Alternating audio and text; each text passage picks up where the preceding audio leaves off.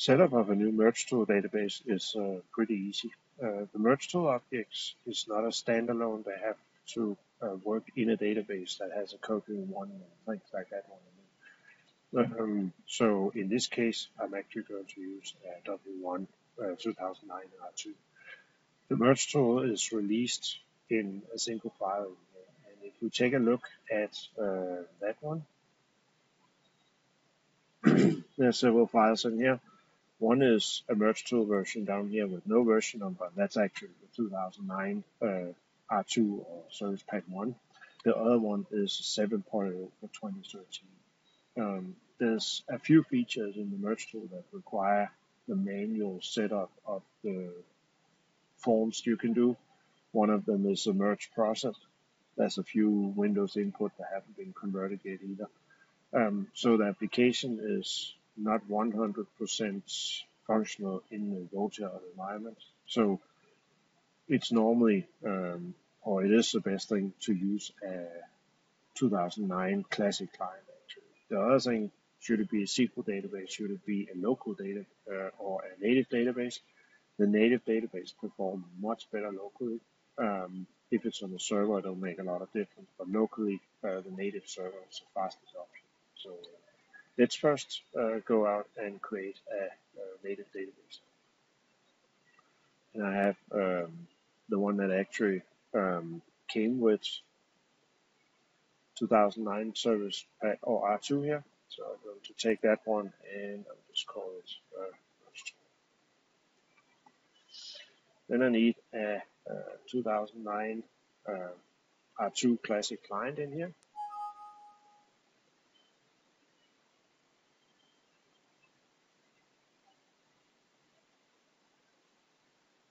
And I'll open up this database in here. And I only have Kronos International, but I'm not going to use that for anything. I'm going to create a new company. One thing is the size of the cache in here. Right now, my object cache is set for 128 meg. It's defaults to 32 meg, so this one is fine. The other thing is the DBMS cache. You need to set that as high as possible. The 8 megabyte that is in here by default is not good enough at all. So because it's going to really slow down all processing. The idea is that the cache is big enough that you can import a version, keep it all in cache, and then start comparing and only being able or only need to read one version from this website. So you need to get as high DBMS cache as possible.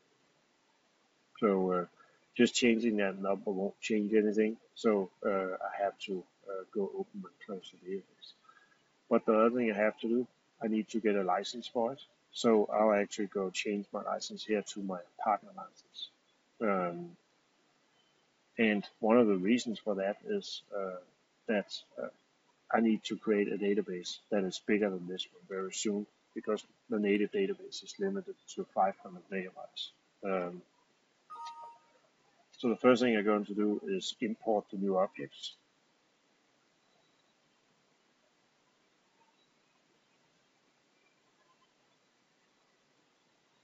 And I have the Mergetool 150.04 version.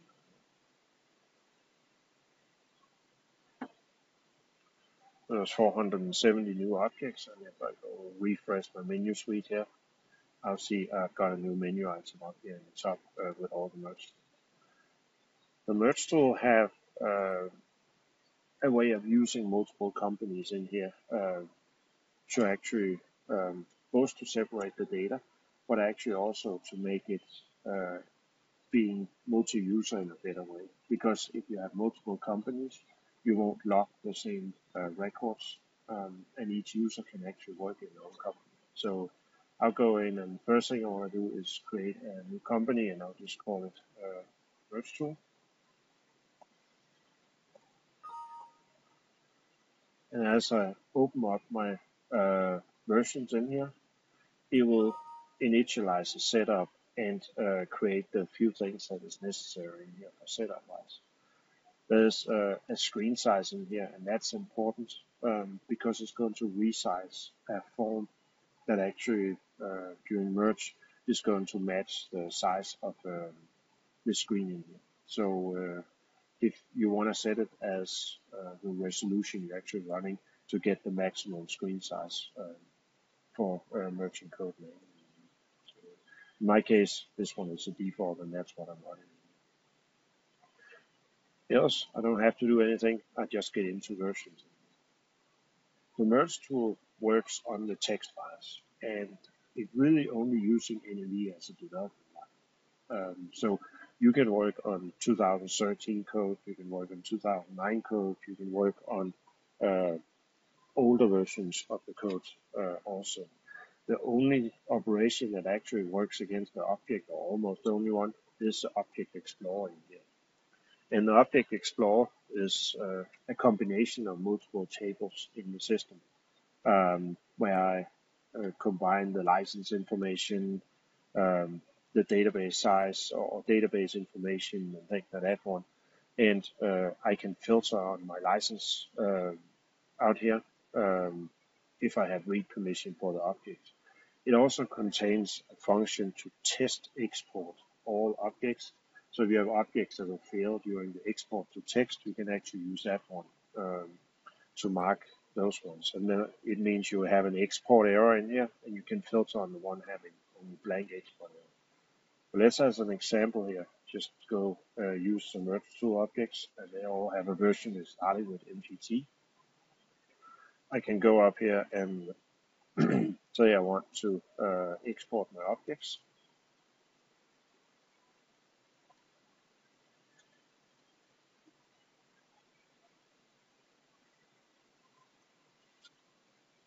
And then go export all filtered objects. This one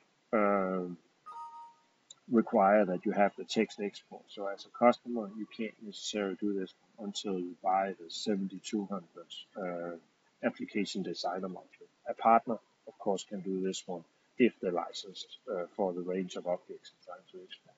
So I just created that one. The Object Explorer is just nice to export objects. Another thing in here, I now need to import this version in here. And I go import an object text file. So as I go in, I'll create a new version. I can also do a sysdata, but that's only if you have something that is similar to something in here. So in this case, I'm actually just going to create it manually. So it's going to be MGT 15004. I want to select the file name. I just want to just export it. And I'll put a similar comment in here so I know what I have imported. There is some customer code in here, and if you put in a customer code, that's in the same database, a way to separate your different versions so you know what customer, what ISV solution was. There also is a product code in here, and this product code actually contains some text. And if you use very old versions of NAV, 2.6 and earlier, you need to create one of these ones for each version. But else, in general, you just need to use the one default that is created in here. There's no reason to create individual products. If you create different products, it won't merge between them. So you want to be careful with doing that one unnecessarily. Else, there's a whole long list of other options I can do down here, but I'm not going to talk much about those ones, except I'll just click OK down here, and then I'll import this file. This import reads a character or file one character at a time. So an important piece of this one is to actually have a good connection to the file. So don't put the file on a network drive and then import it from a different computer, for example. Put it always on the local C drive, solid state as I have in this case. So I imported the objects, and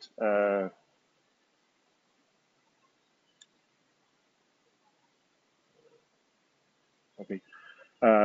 And I have my version in here. I calculated the total number of lines. It has information about the number of objects. And if I look at the objects, it have taken the text file and broken it up in individual objects in here. It also has taken the lines and put them into a table in here. So it means I can actually search for individual values and things like that. If I zoom on this record,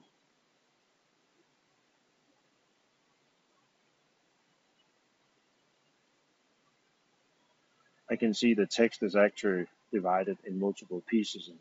And there's several more fields of information. So if I wanted to see everywhere I use the word version code, for example, in here, I could go in and say, yeah, let me change the filters a little here.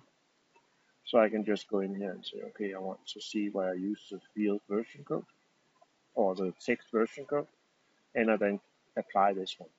This one is a very valuable function to actually find objects and find where certain things are used in the application to be able to filter in the code. And right now it was divided in blocks of 250 characters, almost anything except parameters for function calls has less than 250 characters in the line.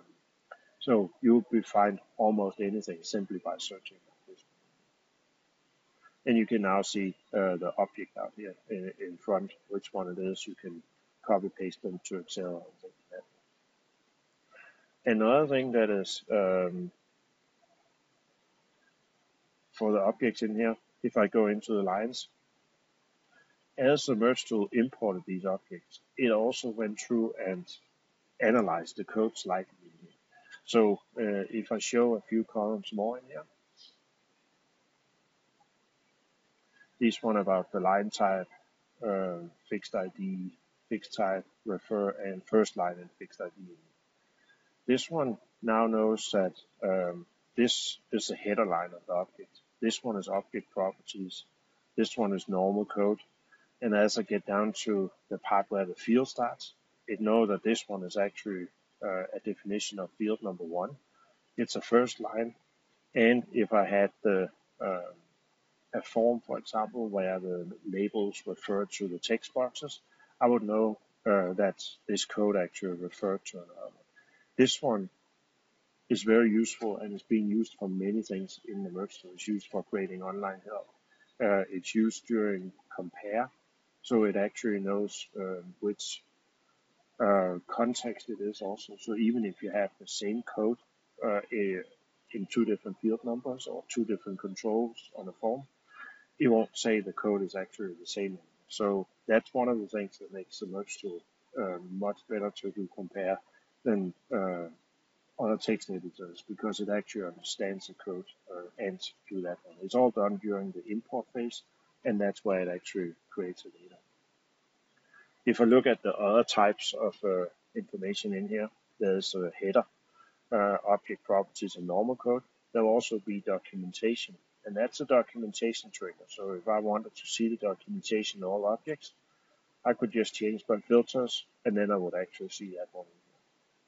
It also recognizes RDL data, and during compares, if you compare 5.0 with 2009 code, for example, you see that there is no difference, or the RDL data will be ignored and actually make the compare a lot faster based on this line type also. So this one is basics of the Mergetool. The last piece in here is the source code analyzer. It's under advanced, and it's because one of the new tools that have been added, or new since 99. All I have to do here is just scan the source code.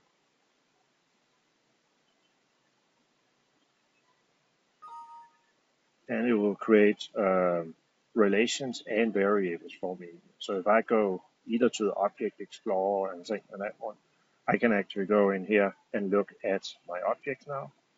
And I can see this one. It has 38 relations in here. If I look under advanced, I have also ability to see where it's used in relation. But if I just look up the relations in here, I can see that's all the relations, and basically everything on an object level is found with this source code analyzer. As I go in and look at this one, I can say, wonder how many relations this object is being used in. And it's actually being used 103 places as relation. So now the window just shifted and I moved the data, or basically filter on the relation out here. And I can see it's a lot of fields in here, and I have relation to that source table in here. And you can keep on drilling down and say, okay, where is my relational object? Where is it used as a variable? Now I'm looking at the relation out here. So where used as a variable for the relation, and I can see this one is where I use this one as a variable, and it knows global, locals, parameters, return values, and so on. There also is, if I zoom on this line, a lot of additional information. If this one is a temporary table, if it's an array, all kinds of things like that is known about this variable. So, there is one field out at the end called parser error, and if you only export a portion of the application, you see that the parser error will be set for something where it can't find the information.